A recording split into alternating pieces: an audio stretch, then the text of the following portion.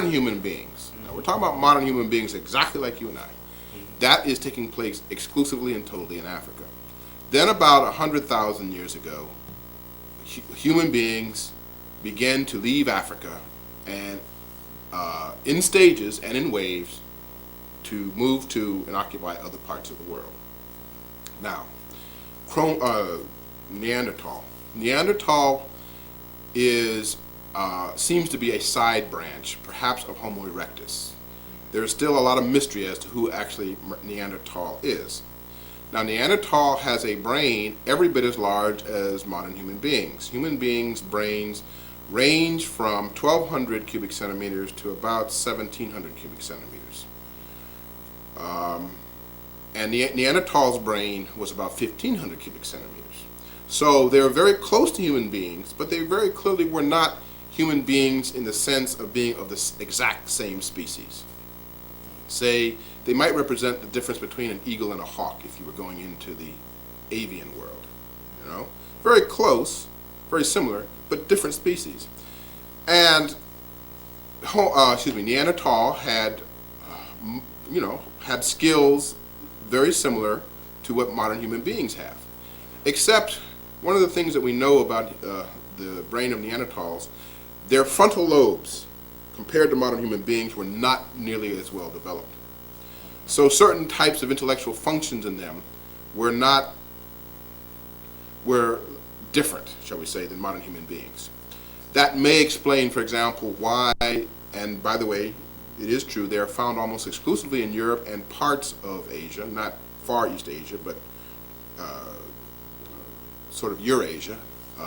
That's where they're almost exclusively found. So they sort of represent a kind of a side branch. And they're clearly not human beings in the sense that we mean, although they're very close. And they did not seem to have a brain developed exactly along the lines of human beings. Does that mean they were less intelligent or less skilled? I don't know if you can make that an inference, but it just means that there was a separation, a distinction that can be made between the two species. Now, Cro-Magnon. Europe was first inhabited probably about 75,000 years ago. And the earliest inhabitants seem to have been Neanderthal. The first example of modern human being habitation of Europe is about 50,000 years ago, at a time when the Ice Age had receded. Because Europe, one reason why Europe was not inhabited earlier is because it was literally covered over by a solid wall of ice, a mile thick, that had come down from the Arctic Circle all the way down to a line which crossed most of England, France, Germany, and into Russia. First parallel. There, absolutely. So Europe, even below or south of that line, was a very virtually uninhabitable, or at least it was inhabitable only in the same way like the Arctic is inhabitable. Okay, it was a marginal environment, an extreme environment to say the least. About 50,000 years ago, there was a temporary warming that caused, I should say, the glacier line to recede northward. And temperatures were temperate enough to permit human habitation, and it is at this time human beings did indeed move in to what is now Europe. But who were those human beings? What did they look like? Well, they were human beings from Africa, and therefore they had the phenotype meaning outward characteristics of human beings from Africa. Black to brown skin, woolly hair, all the anatomical configurations of people we would today call black Africans. They would have been close or very similar to the people who now inhabit the Kalahari Desert, who are called conventionally Bushmen, but are more properly referred to as Batwa. And those would have been the first European inhabitants. Then about 40,000 years ago, another ice age occurs. Temperatures drop, the glaciers come back down from the Arctic Circle, and all of a sudden Europe is another sort of extreme Arctic environment. Now when you have rapid change in species, one of the things that can precipitate it is a an extreme environment, particularly an abrupt change in environmental circumstances. For example, if there are movements of certain land masses, which have happened, if there's a change in temperature, if there's any kind of really abrupt environmental change, you can have a situation that will induce rapid evolutionary change in certain populations. So the human populations who were living in Europe at that time faced two options. Leave, go into a warmer environment, which did in fact happen. But there was a significant group, small, who stayed. And all of a sudden, from a mild temperate climate, they were essentially faced with surviving in an Ice Age Arctic environment. And over the next 10,000 years, the environmental impact of that situation caused a rapid evolutionary change, which saw depigmentation of the skin, changes in the texture of the hair, even facial features, that changed an essentially African population into a population which later became defined as Cro-Magnon, or Cro-Magnon. And in fact, if you look at Cro-Magnon, Cro-Magnons are about the only white people that you see who have the long heads. That's the thing. That's one of the things that gives it away about Cro-Magnon. They have long heads by comparison to most other Europeans. So yes, they are the European ancestor, but they represent, you might say, a stage, an intermediate stage between the original African population that inhabited Europe and the later, much later, European Caucasian population that we are now associated with Europe. And the stage in between those two is Cro-Magnon. But more than that, let's go to biology and let's go to science. And let's look at the human organism. And let's look at the role that the sun plays in the lives of the human organism. And let's look at an organism that is born in a very hot climate by Glosier's law. Glosier's law says for an entity to be able to survive as organic life, it has to be born in a warm and temperate zone. In this warm and temperate zone, the human family born in Kenya, Uganda, and Tanzania is born, it nurtures itself, it educates itself, but in its reproduction, it reproduces itself in such numbers that now it's too crowded, so the human family starts to move. They move north, they move south, they move northwest, they move over into Eurasia, into Asia. Dr. Sheikh Anta Diop, Civilization or Barbarism, Part 1, talks about the development of the African that moves out of Africa into Europe and then moves into north of the 51st parallel, which literally would cut Ireland in half, it cuts England in half, it goes across Germany, Holland, straight across Asia. When you look at a map, there's a mountain that goes from one side to the other side that is almost like a polar cap that locks anyone in the 51st parallel in. There are 4 ice ages. There's the Gunz Ice Age, Mindel, Riss, and Worm. We don't worry about the first 3 according to Dr. Diop. We only worry about the last one because that's when the human family had moved and migrated into this part of the world. Ice Age hit. Temperatures dipped down into 800 degrees below zero, sometimes 400 degrees below zero, and it lasts for generations, for thousands of years. There are generations of Africans that never saw the sun. It was only a mythological figure. It was at its best what it looks like on a cloudy day. This African, being born in this area, goes into caves and puts on clothes because it's cold, just like we do right now. When it's summertime, in about 3 months, we're gonna be out here and we're gonna have tank top and shorts and everything else. Right now, we got all this on. The African finds himself in this cold region, is extremely cold.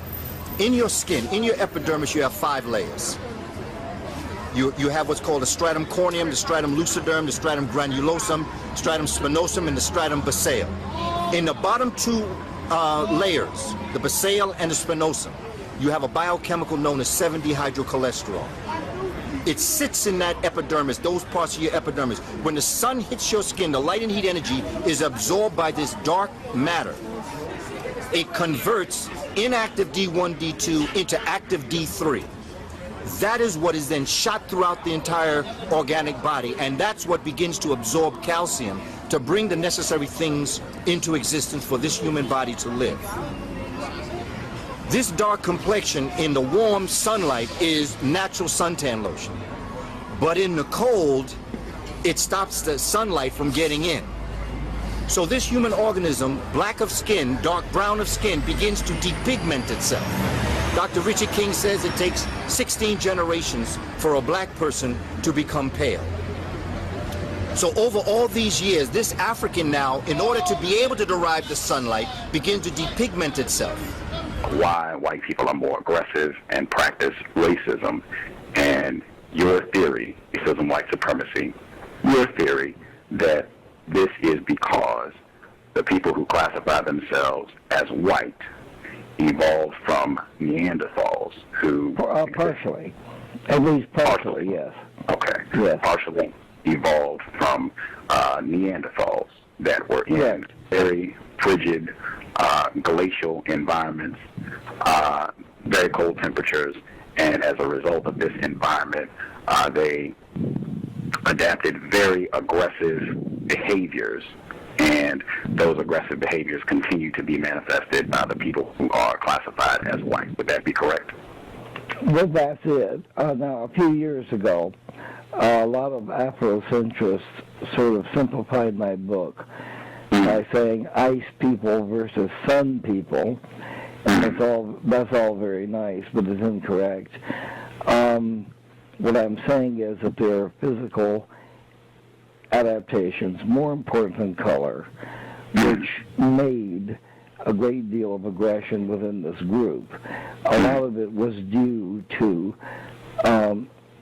adaptation and evolution within a glacial environment. Yes. So I didn't ever quibble too much with ice people versus sun people because it was, after all, generally correct. But I, as you know, if you read the book, I go into a great deal of detail about why these physical adaptations for the Ice Age would cause aggression. It wasn't just that things were tough. It was more than that. Would you be willing to share? I would like people to read the book, but if you would be willing to share some of the details that you go into the book in terms of why this aggressive behavior, what caused that, I guess, in being in that sort of frigid environment that you go into in your book. Okay, I think it was basically psychosexual. That is to say, Neanderthals had a great deal of difference between the sexes. There was a great deal of it, and I tend to think that they looked at each other, the sexes thereof, as being different species. And this got carried over into regarding any other kind of human being as a different species as well. And that was the basis of the aggression, is psychosexual gender aggression transferred to other people. I know you go into a great deal of difference in talking about the sexual dissonance that this Neanderthal group had, and how you have seen evidence that that has continued amongst people who classify themselves as white. And you talk about how in people who are not white, you do not see that same level of aggression between males and females in your book. Is that correct? Well, yes, and the white race is simply a fact which really all anthropologists agree with, show more differences between men and women than other races. In other words, it's called sexual dimorphism, and that's one characteristic of the Caucasians, is that they have a higher degree of sexual dimorphism than any other race, however many you want to choose to exist. Now, that's a solidly accepted anthropological fact. It has nothing to do with Michael Bradley's assumptions. As a matter of fact, one of the people who wrote an introduction to Iceman Dr. Judith Posner, is an anthropologist, and she said this is solidly accepted anthropological fact. Nobody can argue with it. Very interesting. And so, I mean, it's not a matter of opinion. Yes, sir. What I want to do, I want to come back to this because I found that very interesting. But I wanted Well, I to. do too. I wish I knew more about it myself. No, that's what I figured was the root cause of this higher level of aggression, was a psychosexual anger, if you like. Very interesting. And then that gets swaps over and gets carried over into your dealings with all kinds of people, whatever. And I think that's really the root of racism, is this sexism, really. That's my opinion anyway. And that's what the facts seem to indicate. But now I think there's something else, which I'd like to get into at some point. Okay.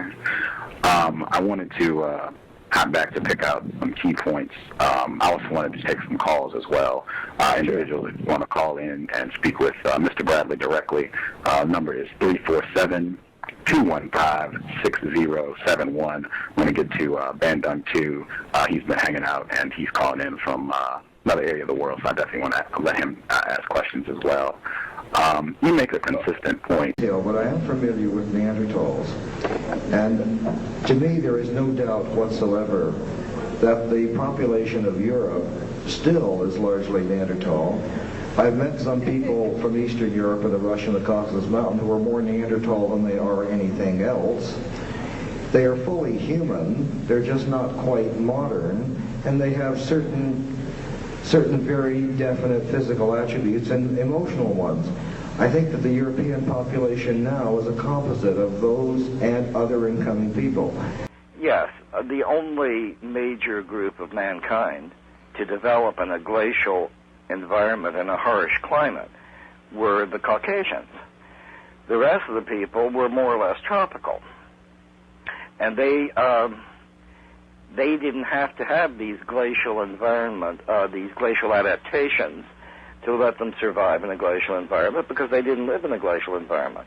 And those adaptations sort of covered over aggression, displacement adaptations that everybody else had. And so the Caucasians ended up more aggressive, more expansive. Now, what is that term again? You said aggressive displacement? Aggression displacement mechanisms. That's what they're called in the anthropological trade. And that means specifically what? Well, it means physical adaptations designed to make pleasure to absorb aggression. Like if your skin is more smooth, or if your sex organs are larger, then you get more fun out of sex. Your aggression, if you have it, is more likely to be absorbed. If your skin is hairier, it's not as sensitive. If your sex organs are smaller, they don't give you the satisfaction. This is a classic comic version, you understand. But that's basically it.